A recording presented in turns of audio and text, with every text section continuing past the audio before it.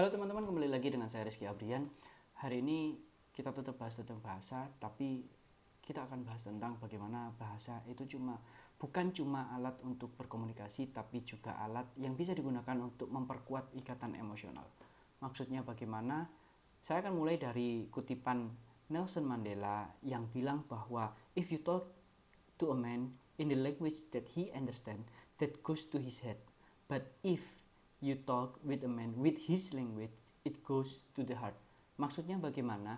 Jadi jika kamu bicara sama orang dengan bahasa yang dia mengerti, maka apa yang kamu ucapkan masuk cuma di kepalanya. Dia ngerti, selesai. Tapi kalau kamu bicara dengan bahasa ibu atau bahasa asli dari orang tersebut, maka itu masuk ke hatinya. Maksudnya bagaimana? Jadi bahasa itu ketika kamu bisa menggunakan dengan tepat, misalnya ketika kamu pakai menggunakan bahasa asli orang yang sedang kamu kunjungi, misalnya kamu datang ke Afrika, kamu pakai bahasa Afrika, kamu datang ke Cina, kamu pakai bahasa Tiongkok, maka itu akan membuat orang jadi merasa punya ikatan emosional. Maksudnya bagaimana? Jadi bahasa ini jadi penghubung emosi yang kuat, karena ketika kita bisa bahasa asli dari orang yang kita ajak, itu satu pasti mereka akan shock. Kaget, loh kamu bisa bahasa ini. Dan yang kedua adalah rasa kaget itu bercampur dengan rasa kagum dan rasa hormat. Karena apa? Karena ketika kamu bisa bahasa tersebut, berarti kamu meluangkan waktu untuk mempelajari bahasa mereka, mempelajari budaya mereka, dan mereka merasa itu sebuah penghargaan ketika kamu meluangkan waktu untuk mempelajari sesuatu yang yang bukan bahasamu sendiri, tapi kamu mau bersusah payah untuk menggunakannya. Selain itu juga ini bisa penting, apalagi kalau kita bisa pakai ungkapan-ungkapan lokal atau peribahasa-peribahasa dari negara tersebut. Mereka akan semakin syok lagi. Karena berarti apa? Mereka akan menganggap kamu adalah orang yang benar-benar menghargai budaya mereka sendiri gitu. Budaya mereka yang sedang diajak ngobrol. Dan ketiga, kenapa kok berbicara dengan bahasa seseorang itu jadi penting? Karena akhirnya mereka juga membuka pintu untuk memiliki pemahaman yang sama. Karena ada beberapa bahasa yang ada di beberapa negara itu punya padanan yang sulit untuk ditemukan. Maksudnya bagaimana bahasa itu juga terpengaruh dari culture. Mungkin kalau di Indonesia orang mengenal di Italia spaghetti ya cuma spaghetti. Tapi di Italia itu ada sekitar 12 macam pasta yang tidak hanya spaghetti, tapi ada fettuccine, ada ravioli, dan banyak-banyak hal. Begitu pula dengan di Jawa misalnya.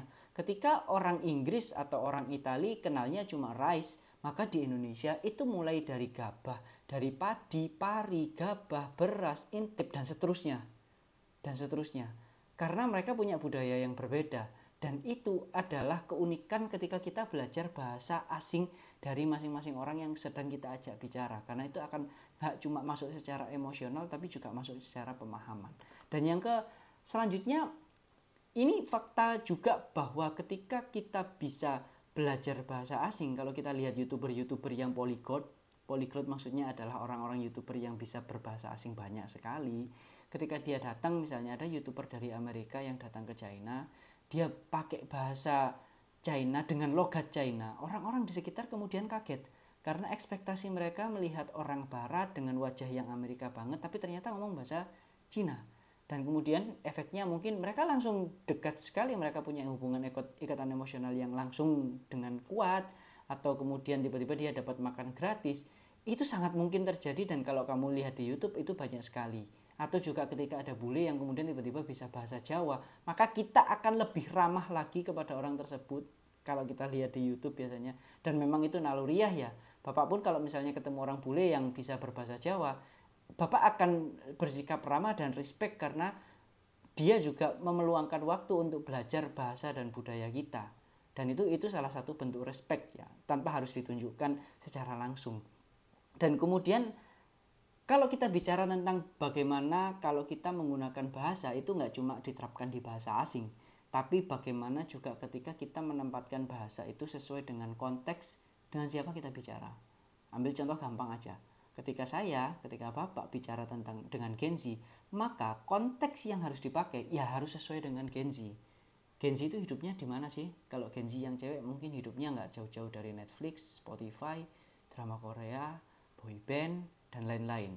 Yang cowok mungkin akan kenalnya lewat UFC, MPL, anime, gaming, YouTubers, dan lain-lain.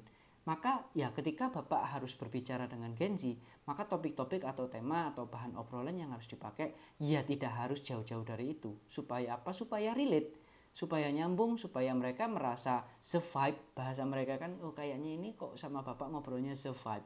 Dan itu memang kita bisa direncanakan dan kita bisa atur bahwa kita bisa masuk ke circle mereka, kita bisa ngobrol dengan santai. Begitu pula kalau kita bicara dengan milenial yang usianya 30 sampai 40, maka kita akan bicara banyak tentang bagaimana pekerjaan, bagaimana ngurus rumah tangga, bagaimana anak, bagaimana keluarga, bagaimana kesehatan, karena memang kehidupan mereka tidak jauh-jauh dari pekerjaan, dari kesehatan, gimana jaga kesehatan, gimana siapa yang lagi sakit, siapa yang sudah punya anak, siapa yang menikah, siapa yang baru beli rumah.